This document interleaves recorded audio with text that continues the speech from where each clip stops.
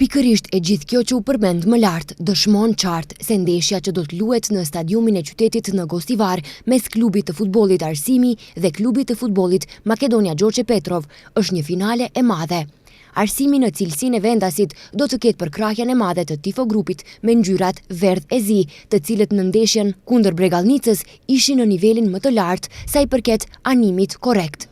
Skuadra nga Çegrani me fitore eventuale që nesër do të siguronte kualifikimin në elit, ndërsa në xhiron e fundit, pra më 17 maj, do të organizohet festa e madhe në Çegran. Një ndeshje e rëndësishme do të zhvillohet edhe në Kumanov mes Bashkimit dhe Detonit Plaçkovica. Bashkimi pa marrë parasysh epilogun nga kjo ndeshje tani për tani ka të siguruar ndeshjen e barazhit. Pret dështimin e dy skuadrave të para që drejt për drejt të kualifikohet në ligën e parë. Bregallnica e Shtipit, që aktualisht është në pozitën e 4, në rastin e vet për të luajtur në balotazh, e ka vetëm nëse Bashkimi pëson disfata në të dyja ndeshjet e fundit.